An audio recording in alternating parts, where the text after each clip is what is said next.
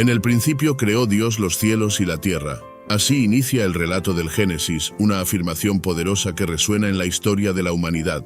Pero antes de la Biblia, antes de Moisés y los profetas, ya existían relatos de la creación, escritos en tablillas de arcilla con una escritura cuneiforme que hoy apenas podemos descifrar.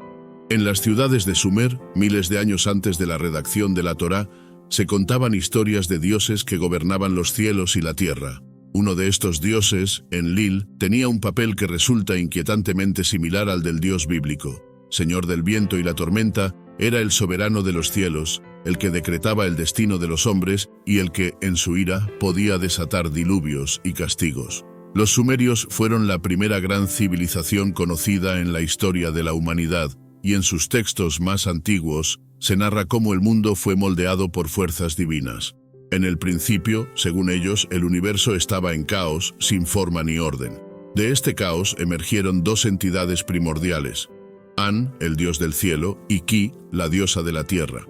De su unión nació Enlil, quien separó a su madre y a su padre, creando el espacio entre el cielo y la tierra. Este acto es sorprendentemente similar al relato bíblico en el que Dios separa las aguas de arriba y las de abajo para dar forma a la creación. Pero Enlil no solo era un dios creador, también era un dios de la ira y del juicio. Se decía que cuando se enojaba, las tormentas rugían y los vientos devastaban las tierras. En la Biblia, Yahvé es descrito de una manera similar. Un Dios que se manifiesta en nubes y relámpagos, que desciende sobre el monte Sinaí en fuego y humo, que castiga a los desobedientes con plagas y calamidades. En el libro de Nahum se dice que Jehová tiene su camino en la tempestad y en la tormenta, y las nubes son el polvo de sus pies. ¿Es posible que esta imagen de Dios haya sido heredada de Enlil? Una de las historias más impactantes sobre Enlil es la de su papel en el diluvio. Se cuenta que los dioses crearon a los humanos para servirles, pero con el tiempo, la humanidad se multiplicó y su ruido perturbó el descanso de Enlil. Molesto, decidió exterminarlos con un gran diluvio. Sin embargo, otro dios, Enki, advirtió a un hombre justo llamado Ziusudra y le ordenó construir un barco para salvarse junto con su familia y algunos animales. Cuando las aguas cubrieron la tierra, Ziusudra sobrevivió y al final ofreció sacrificios a los dioses, quienes, al oler el aroma de las ofrendas, decidieron perdonarlo. Este relato es anterior al Génesis por más de 1000 años, pero la historia es asombrosamente similar a la de Noé. Si Yahvé y Enlil compartían características tan parecidas, ¿podría ser que el Dios de la Biblia no haya surgido de la nada, sino que haya sido una evolución del Dios sumerio? Esta pregunta se vuelve aún más intrigante cuando observamos cómo los hebreos, durante su estancia en Mesopotamia, pudieron haber absorbido mitos y tradiciones de civilizaciones más antiguas. Abraham, el patriarca de Israel, era oriundo de Ur, una de las ciudades sumerias más importantes. Si creció en una sociedad que adoraba a dioses como Enlil, An y Enki, ¿es posible que su concepción de Dios estuviera influenciada por estas deidades? Otro detalle fascinante es que Enlil era llamado el Señor del Viento, un título que resuena en la Biblia cuando Yahvé es descrito como el aliento que da vida, como el soplo divino que formó a Adán del polvo de la tierra. En hebreo, la palabra ruaj significa tanto viento como espíritu, lo que podría conectar a Enlil, el dios del viento sumerio, con la noción del espíritu de Dios moviéndose sobre la faz de las aguas en el relato de la creación bíblica. El temor a Yahvé en la Biblia es constante. Moisés tiembla ante su presencia, los profetas lo describen como fuego consumidor, y las naciones que desafían su voluntad son destruidas. Enlil, en la mitología sumeria, también era un dios de justicia implacable. Se dice que cuando la humanidad se rebelaba, él no dudaba en castigar con inundaciones, pestes y hambrunas. Incluso los otros dioses lo temían, y necesitaban la intervención de Enki para apaciguar su furia. En la Biblia, Yahvé es quien juzga, pero también es quien muestra misericordia. Este doble rostro de la divinidad, el de la ira y el del perdón, parece una evolución de las antiguas creencias mesopotámicas. Existe un pasaje en el libro de Job que resulta especialmente llamativo. En él, Yahvé desafía a Job con preguntas sobre el origen del universo, preguntándole si acaso él estuvo presente cuando puso los cimientos de la tierra, o cuando encerró el mar con puertas. En los textos sumerios, Enlil es descrito con un lenguaje similar, como el dios que fija los destinos y decreta el orden del cosmos. ¿Acaso los escritores del Antiguo Testamento adaptaron estas ideas para expresar la grandeza de su Dios? A medida que avanzamos en el estudio de la historia, nos damos cuenta de que los relatos antiguos no surgen en el vacío, sino que evolucionan, se adaptan y se transforman con el tiempo. La imagen de un Dios que crea, destruye y juzga, que desciende en la tormenta y se manifiesta en el trueno, parece haber existido mucho antes de la Biblia. La conexión entre Yahvé y Enlil no solo nos muestra cómo las ideas religiosas han viajado a lo largo de la historia, sino que también nos invita a preguntarnos qué otras historias han sido moldeadas por civilizaciones que el tiempo ha olvidado. He aquí que yo traigo un diluvio sobre la tierra, para destruir toda carne en que haya aliento de vida debajo del cielo. Así habló Dios a Noé en el libro del Génesis, anunciando el gran juicio que vendría sobre la humanidad pecadora. El diluvio es uno de los relatos más impactantes de la Biblia, una historia de destrucción y salvación que ha marcado la memoria de la humanidad. Pero mucho antes de que Moisés escribiera estas palabras, en las antiguas tierras de Mesopotamia, los sumerios ya contaban una historia similar, la historia del diluvio de Ziusudra. En las tablillas sumerias, escritas más de 1000 años antes de la Biblia, se narra cómo los dioses decidieron enviar una gran inundación para exterminar a la humanidad. Enlil, el señor de los cielos y la tormenta, se había cansado del ruido que hacían los hombres y decretó su destrucción. Pero uno de los dioses, Enki, el sabio y protector de los humanos, decidió advertir a un hombre justo llamado Ziusudra. Le ordenó construir un gran barco y llevar consigo a su familia y a varios animales para salvarse de la catástrofe. Cuando las aguas cubrieron la tierra, el barco de Ziusudra flotó sobre las olas durante 7 días y 7 noches. Finalmente, el héroe del diluvio ofreció un sacrificio a los dioses, y cuando Enlil percibió el aroma del incienso, se calmó y le concedió a Ziusudra la vida eterna. Este relato, con diferencias menores, es extraordinariamente similar al de Noé. En ambas historias, un Dios avisa a un hombre piadoso sobre un diluvio que destruirá a la humanidad, le ordena construir un arca, y al final, el héroe ofrece sacrificios tras su salvación. No es coincidencia que estas historias sean tan parecidas. Los hebreos pasaron siglos en contacto con civilizaciones mesopotámicas, desde su estancia en Ur hasta su exilio en Babilonia. Durante este tiempo, pudieron haber asimilado relatos antiguos y reinterpretarlos dentro de su propia tradición monoteísta. Pero si el diluvio de Noé tiene raíces en los relatos sumerios, ¿qué significa esto para la historia de la Biblia? Algunos estudiosos sugieren que el diluvio de la Biblia no es un evento único, sino la versión hebrea de una tradición mucho más antigua, transmitida a través de los siglos por diferentes pueblos. De hecho, la historia del diluvio no solo aparece en Sumer, sino también en Babilonia con la epopeya de Gilgamesh, donde Utnapishtim es advertido por el dios Ea y construye un arca para salvarse. Incluso en culturas tan lejanas como la hindú, el mito del diluvio se repite con Manu, quien recibe una advertencia de un dios y construye un barco para sobrevivir. Lo más sorprendente es que en la historia sumeria, el diluvio no es presentado como un castigo por la maldad de los hombres, sino como una decisión arbitraria de los dioses molestos por el ruido de la humanidad. Esta diferencia es crucial porque en la Biblia, Yahvé envía el diluvio debido a la corrupción y violencia en la tierra, mientras que en Sumer, Enlil actúa por capricho. Esto sugiere que los hebreos tomaron un mito antiguo y le dieron un nuevo significado moral y religioso. Además, la duración del diluvio en los relatos antiguos varía.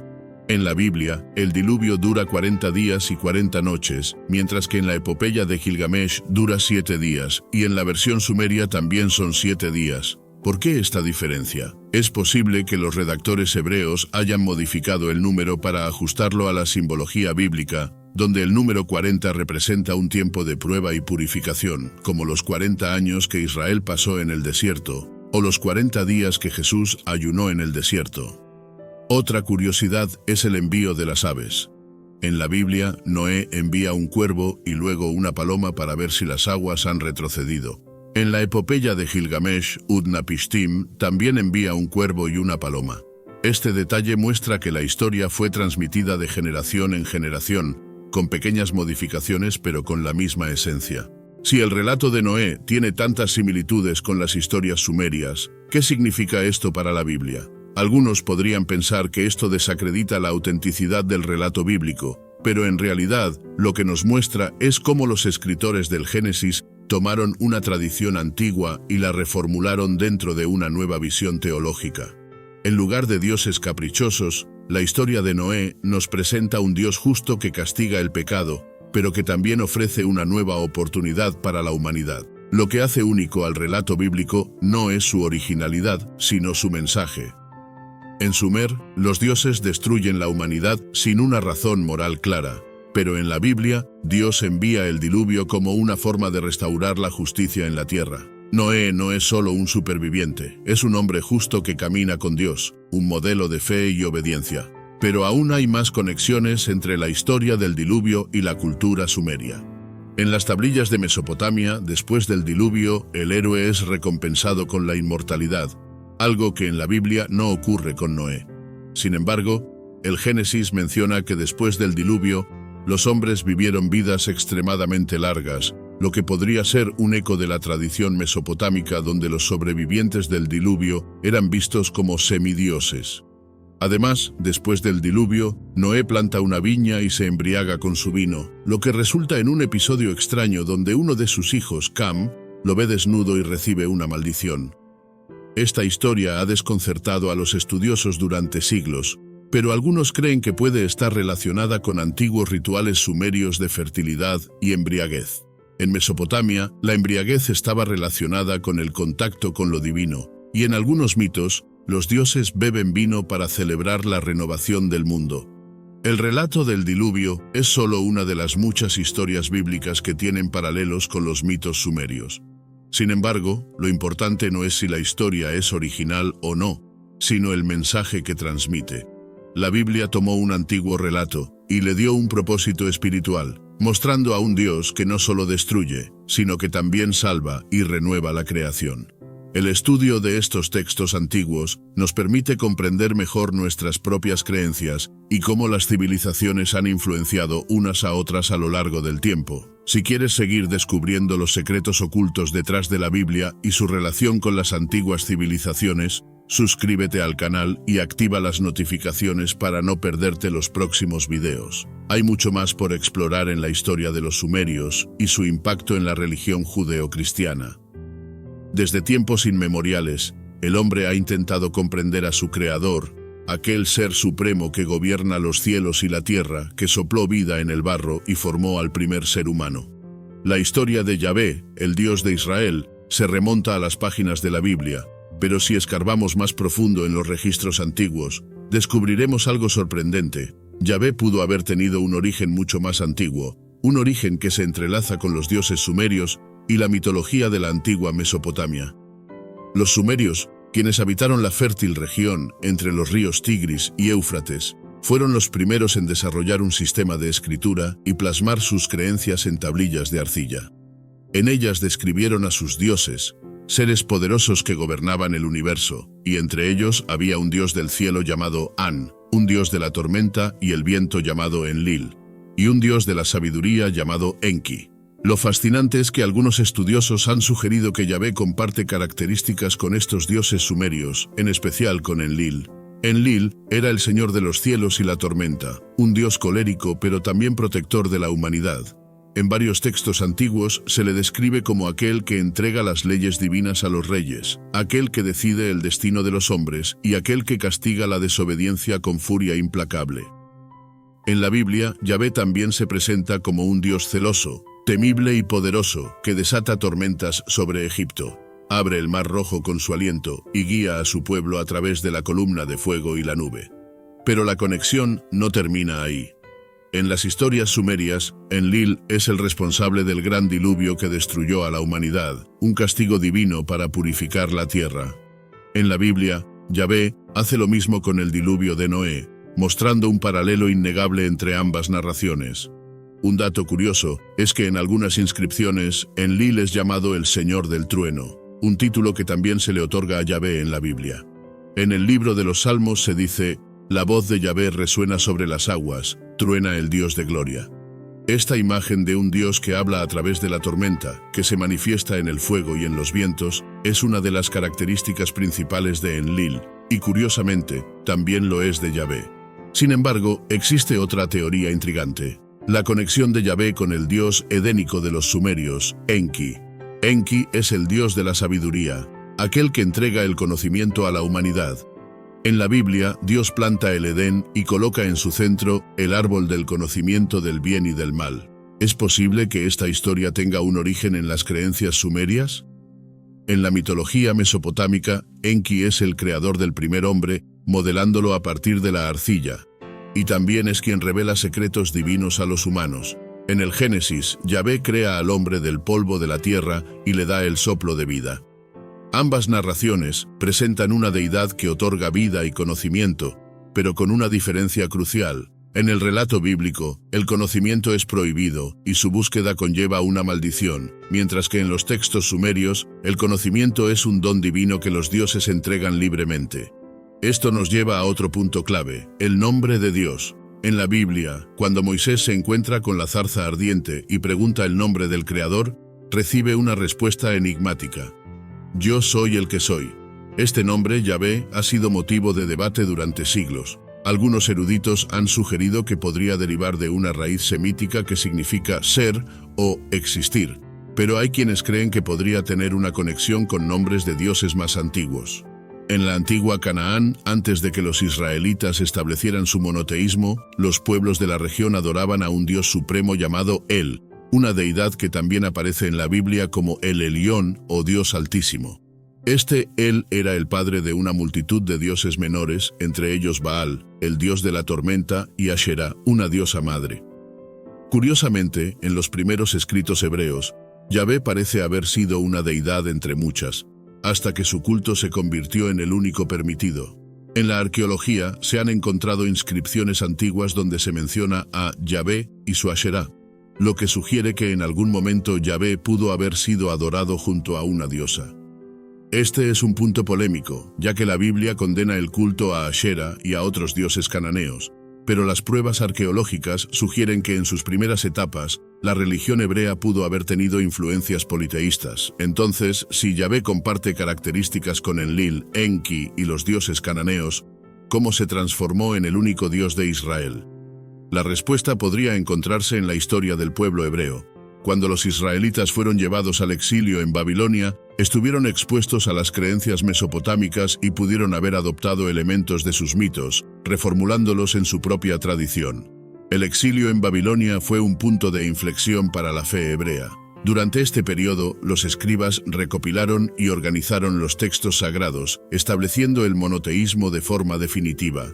Fue en este contexto donde se reafirmó la idea de que Yahvé no era solo un Dios entre muchos, sino el único Dios verdadero, el creador del cielo y la tierra.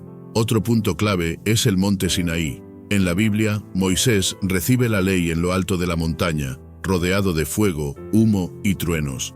Esta imagen es similar a cómo los sumerios describían la morada de sus dioses en las cimas de las montañas, lugares sagrados donde los humanos podían comunicarse con lo divino.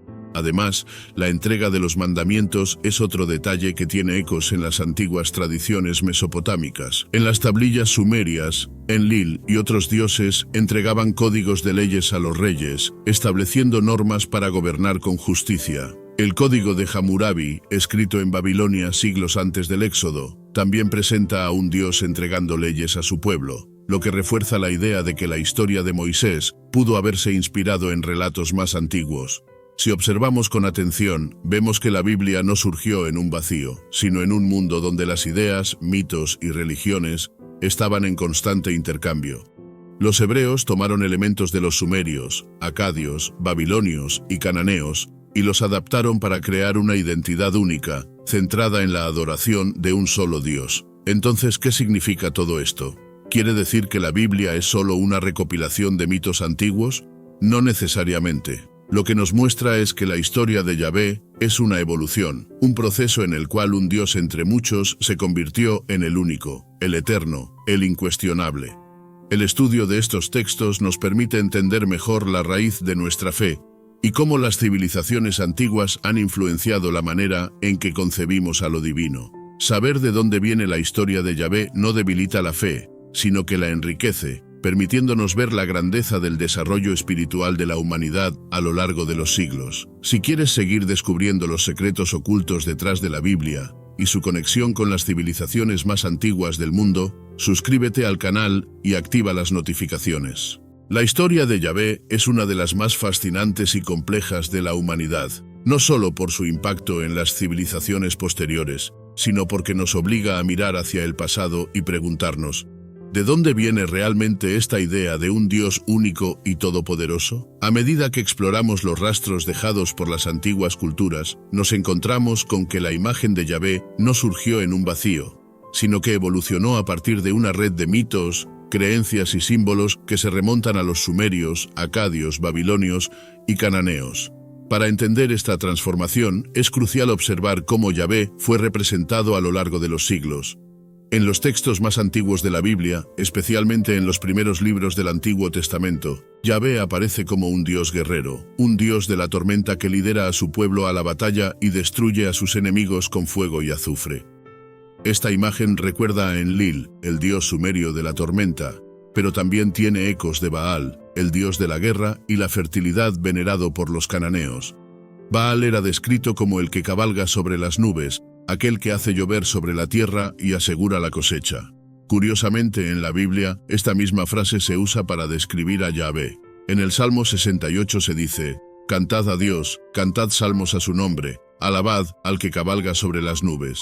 Esto sugiere que en algún momento los hebreos tomaron atributos de Baal y los fusionaron con la imagen de Yahvé, apropiándose de su simbolismo y redefiniéndolo dentro de su tradición monoteísta. Pero hay un giro aún más intrigante en esta historia. Los primeros israelitas no eran tan estrictamente monoteístas como podríamos pensar. En varias partes del Antiguo Testamento se menciona que adoraban a otros dioses junto a Yahvé, lo que indica que su transición al monoteísmo fue un proceso gradual. De hecho, algunos eruditos han encontrado inscripciones antiguas que mencionan a Yahvé y su Asherá, lo que sugiere que en sus primeras etapas, Yahvé tenía una consorte divina. Asherá era una diosa madre adorada en todo el antiguo cercano oriente, asociada con la fertilidad y la protección. En muchos templos de Israel y Judá se han hallado figurillas de Asherá, lo que indica que su culto estuvo presente entre los hebreos durante mucho tiempo. Sin embargo, a medida que el monoteísmo se consolidó, los sacerdotes de Yahvé declararon que no debía haber ningún otro dios junto a él, y el culto a Asherá fue erradicado. El camino hacia un monoteísmo absoluto no fue fácil ni inmediato. Durante siglos, el pueblo hebreo osciló entre la adoración exclusiva de Yahvé y la veneración de otros dioses. Los profetas bíblicos, como Elías, Isaías y Jeremías, constantemente reprendían al pueblo por su inclinación a seguir a dioses extranjeros, especialmente a Baal. La famosa confrontación entre Elías y los profetas de Baal en el Monte Carmelo es un reflejo de esta lucha. Yahvé debía ser reconocido como el único Dios verdadero, y cualquier otra deidad debía ser eliminada. Pero entonces surge una pregunta crucial. Si Yahvé fue un Dios entre muchos en sus orígenes, ¿cómo llegó a convertirse en el único Dios del judaísmo y, posteriormente, del cristianismo y el islam? La clave de esta transformación se encuentra en la historia del exilio babilónico. Cuando los babilonios conquistaron Jerusalén y destruyeron el templo en el siglo VI a.C., llevaron a la élite hebrea cautiva a Babilonia. Este evento fue devastador para los israelitas, ya que el templo era el centro de su identidad religiosa. Sin un lugar de culto y rodeados de las influencias de una civilización extranjera, los exiliados comenzaron a reflexionar sobre su relación con Yahvé y a reformular su fe. Fue durante este periodo cuando se escribieron y recopilaron muchos de los textos que conforman la Biblia hebrea, y en ellos se estableció claramente la idea de que Yahvé no era solo el Dios de Israel, sino el único Dios del universo. El exilio babilónico marcó un antes y un después en la historia del monoteísmo. Hasta ese momento, la religión hebrea había sido una entre muchas, con dioses que competían por la adoración del pueblo. Pero al regresar a su tierra y reconstruir su identidad, los líderes espirituales de Israel promovieron la creencia en un solo Dios, una creencia que los diferenciaba de sus vecinos y les daba un propósito único en la historia. Un dato curioso es que a pesar de la insistencia en el monoteísmo, todavía quedaron rastros de antiguas creencias politeístas en la Biblia. En el libro del Génesis, por ejemplo, cuando Dios dice, «Hagamos al hombre a nuestra imagen y semejanza», parece estar hablándole a alguien más. Esto ha llevado a muchos estudiosos a preguntarse, ¿a quién se dirigía Yahvé? Algunos sugieren que esta frase refleja un vestigio de un panteón antiguo, donde Yahvé aún era parte de un grupo de dioses antes de que se estableciera firmemente el monoteísmo. Otro elemento intrigante es la presencia de los Elohim en la Biblia. En algunos pasajes, la palabra hebrea Elohim, que significa dioses, es utilizada para referirse a Yahvé, lo que sugiere que en un principio la divinidad hebrea pudo haber tenido una naturaleza plural. Con el tiempo, la teología hebrea reinterpretó esta pluralidad, explicándola como una forma de enfatizar la grandeza y la majestuosidad de Dios. Además, en el libro de Job, se menciona un consejo divino en el que los hijos de Dios se presentan ante Yahvé. Entre ellos se encuentra Satanás, quien en este contexto no es el diablo que conocemos hoy, sino más bien un adversario dentro de la corte celestial.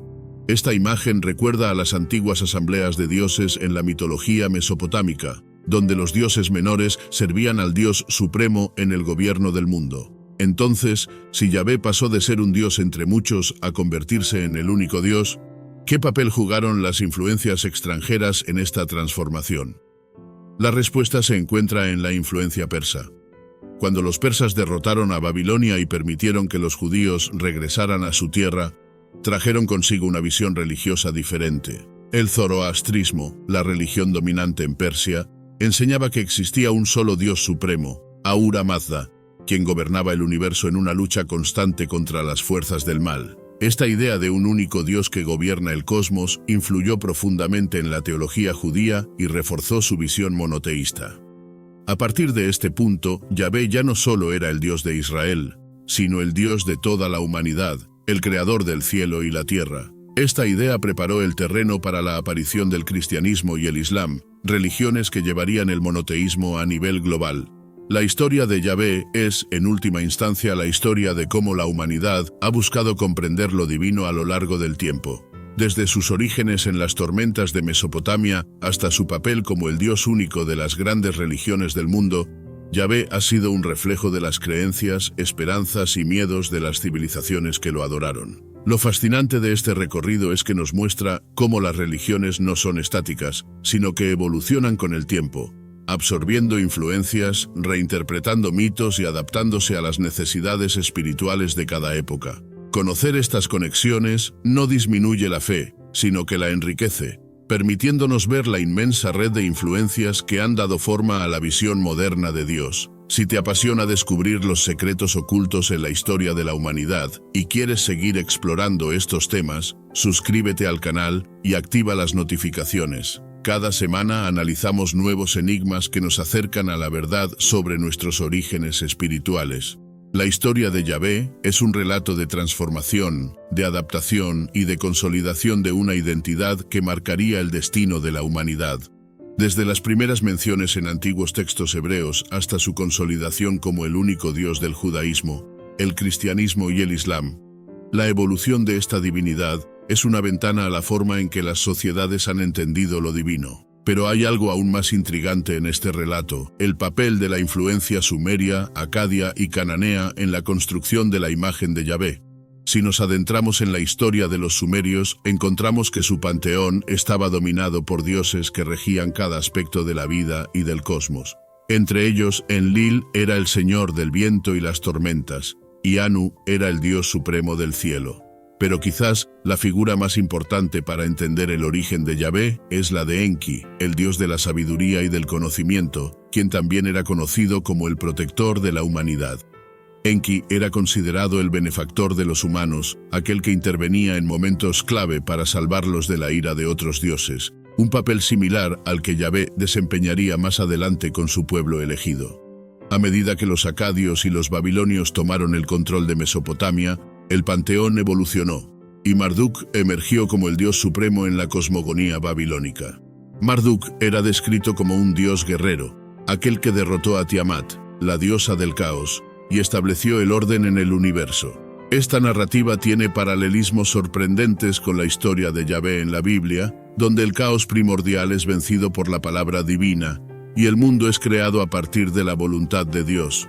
En ambos relatos, la deidad suprema impone el orden sobre el caos, estableciendo las bases del mundo conocido. Un elemento fascinante es que algunos textos antiguos de Ugarit, una ciudad cananea, mencionan a él como el Dios supremo, el creador de todo.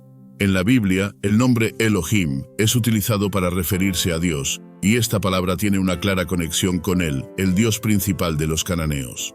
De hecho, en algunos textos bíblicos más antiguos, Yahvé es mencionado como hijo de él, lo que sugiere que en sus inicios, Yahvé pudo haber sido una deidad menor dentro de un panteón antes de ser elevado a la posición de Dios único. Este proceso de transformación no fue inmediato. En los primeros tiempos del pueblo hebreo, su religión no era completamente monoteísta, sino enoteísta, lo que significa que creían en la existencia de otros dioses, pero solo adoraban a Yahvé. En el libro de Deuteronomio hay referencias que sugieren que Yahvé era parte de una asamblea divina. Cuando el Altísimo dio a las naciones su herencia, cuando separó a los hijos del hombre, estableció los límites de los pueblos según el número de los hijos de Dios. Este versículo insinúa que Yahvé estaba en un principio subordinado a un Dios superior, una idea que con el tiempo fue eliminada a medida que el monoteísmo se establecía como la creencia dominante. Un dato curioso es que incluso en el Antiguo Testamento encontramos rastros de esta lucha entre diferentes tradiciones religiosas. En la historia del Éxodo, Yahvé se presenta como un Dios celoso que exige adoración exclusiva. Este rasgo es notablemente diferente a la visión de Dios en el cristianismo posterior, donde se enfatiza más la misericordia y el amor divino. La insistencia en que no tendrás dioses ajenos delante de mí sugiere que la competencia entre Yahvé y otras deidades era un problema real en el momento en que estos textos fueron escritos. Otro punto clave en la transformación de Yahvé fue la influencia del zoroastrismo durante el exilio babilónico. Antes de este evento, la concepción del bien y el mal en la tradición hebrea era diferente a la que conocemos hoy. En los textos más antiguos, Dios es responsable de todo, tanto lo bueno como lo malo. Sin embargo, tras la interacción con el zoroastrismo, que proponía una lucha entre Ahura Mazda, el dios del bien, y Angra Mainyu, el espíritu del mal, la teología judía adoptó la idea de que el mal era el resultado de fuerzas opuestas a Dios. Fue en este contexto donde la figura de Satanás comenzó a tomar una nueva forma. En los textos más antiguos, Satanás no era un enemigo de Dios, sino un acusador dentro de la corte celestial, similar a un fiscal en un juicio divino. Con el tiempo, bajo la influencia persa y más tarde helenística, Satanás evolucionó hasta convertirse en el adversario de Dios, una transformación que se consolidaría en el cristianismo. Pero más allá de las influencias extranjeras, es fundamental entender que la evolución de Yahvé también estuvo marcada por los eventos históricos de su pueblo. Durante la monarquía unificada de Israel, Yahvé fue adoptado como el Dios nacional y su culto se centró en el Templo de Jerusalén. Con la destrucción del templo por los babilonios y el exilio de los hebreos, la necesidad de mantener su identidad llevó a una reafirmación de su fe en Yahvé como el único Dios verdadero. Un dato curioso es que los textos bíblicos fueron escritos y editados en diferentes épocas, lo que significa que reflejan diferentes concepciones de Dios según el contexto histórico en el que fueron creados. Por ejemplo, en los textos más antiguos, Dios es descrito de manera más antropomórfica, caminando por el